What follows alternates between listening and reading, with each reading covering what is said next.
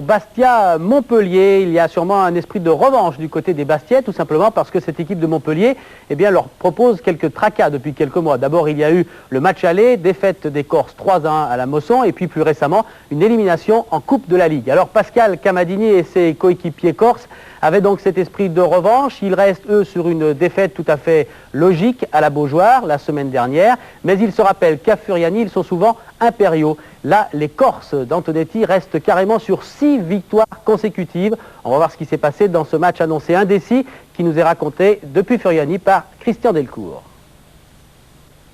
Et Philippe, vous lisez le Corse, per voi vinceremo, vaincre pour vous, pour le public corse, toujours prêt à s'enflammer pour une équipe en course pour l'Europe. Alors, à Furiani, on est prêt à tout, même à faire s'emballer le tableau d'affichage. Allez, on peut rêver. Mais à Montpellier, l'objectif, c'est bien d'effacer le revers de la semaine passée face à Rennes. Alors, pour récupérer les 2 points perdus à domicile contre Lens, on a lancé Bakayoko à la charge, devancé par Pifto Montpellier, qui joue avec une triplette d'attaquants entreprenants, et notamment avec Sanchez. Ça chauffe terriblement du côté bastia, mais ça tient bon. Les joueurs de Mézy accélèrent alors encore un peu plus, et voilà le trio Robert, Sanchez et Bakayoko avec le premier but de Sanchez, premier but de cette rencontre. Christophe Sanchez.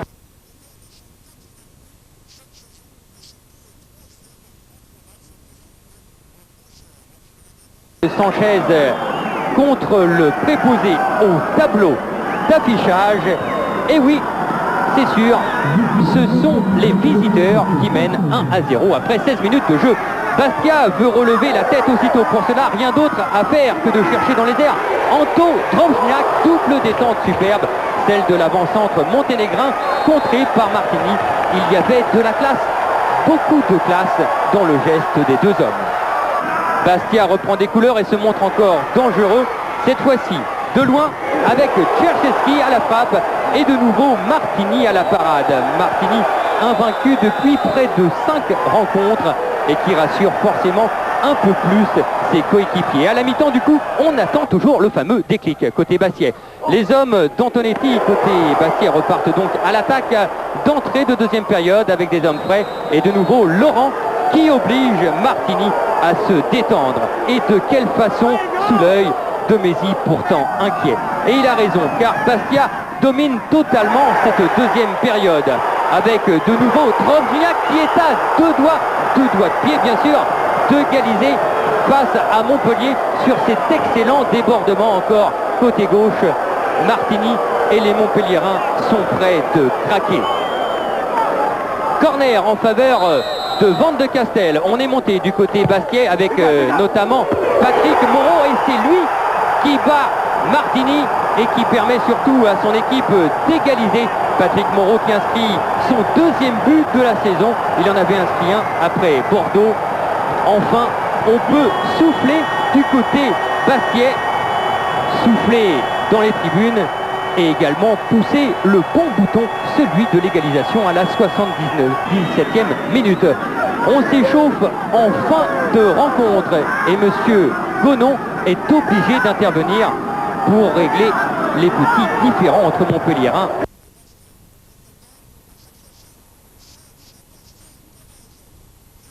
Qui a marqué le deuxième but alors que l'on joue les 3 dernières minutes de jeu.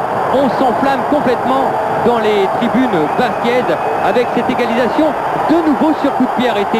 Et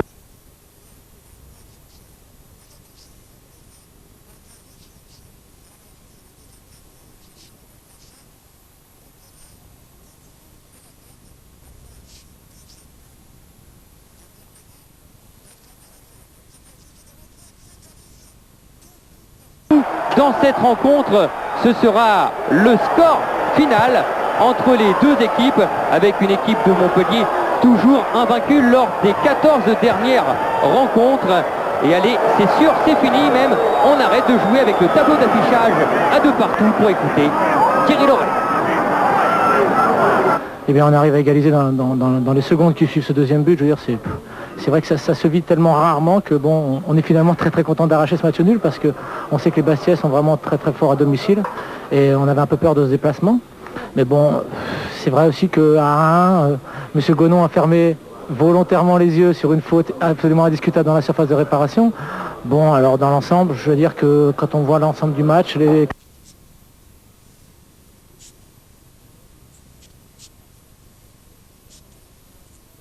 poussifs des Bastiais, je pense que dans l'ensemble, c'est un résultat équitable et surtout un très bon résultat pour nous.